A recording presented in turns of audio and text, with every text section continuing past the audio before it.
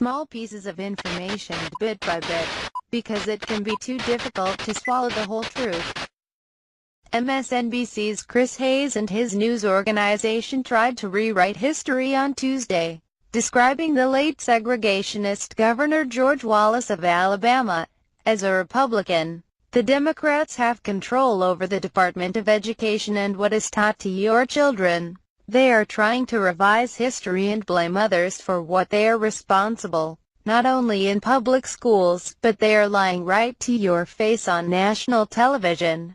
With this man, former Alabama Governor George Wallace, who 50 years ago today made his infamous stand in the schoolhouse door, a principled stand on behalf of evil.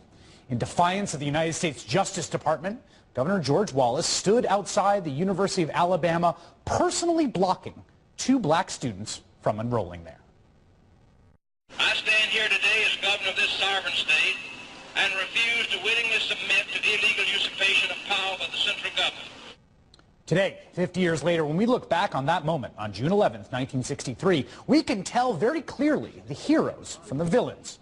George Wallace was obviously the villain in this story, and Vivian Malone and James Hood, the 2 students who were blocked by George Wallace from registering that day, were heroes. Along with the rest of the civil rights movement, folks like Martin Luther King Jr., the people who were fighting for integration, they're the heroes, they're the good guys. A segregationist is a person that wants to keep the races separate, coloreds separate from whites, separate drinking fountains, separate schools, etc. All the quote-unquote no coloreds allowed history came from the Democrats.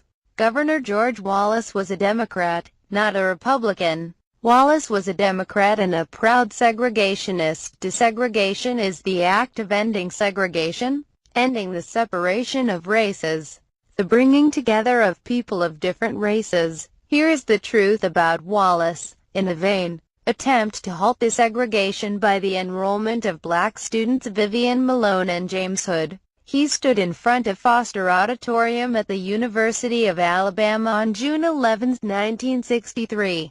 This became known as the stand in the schoolhouse door, after being confronted by federal marshals, Deputy Attorney General Nicholas Katzenbach, and the Alabama Army National Guard. Wallace stepped aside. In September 1963, Wallace again attempted to stop 4 black students from enrolling in 4 separate elementary schools in Huntsville.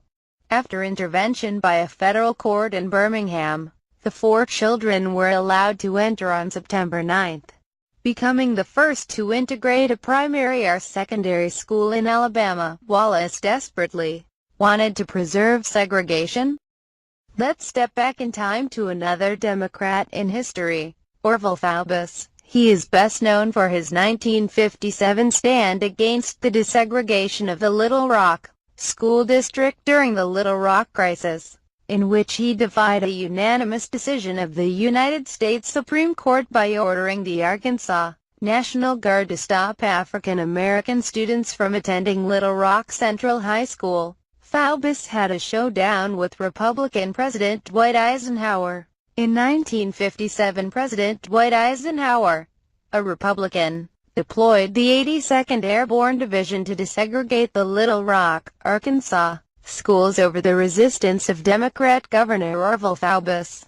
Eisenhower then sent elements of the 101st Airborne Division to Arkansas to protect the black students, known as the Little Rock Nine, and enforce the federal court order. In retaliation, Faubus shut down Little Rock high schools for the 1958-1959 school years.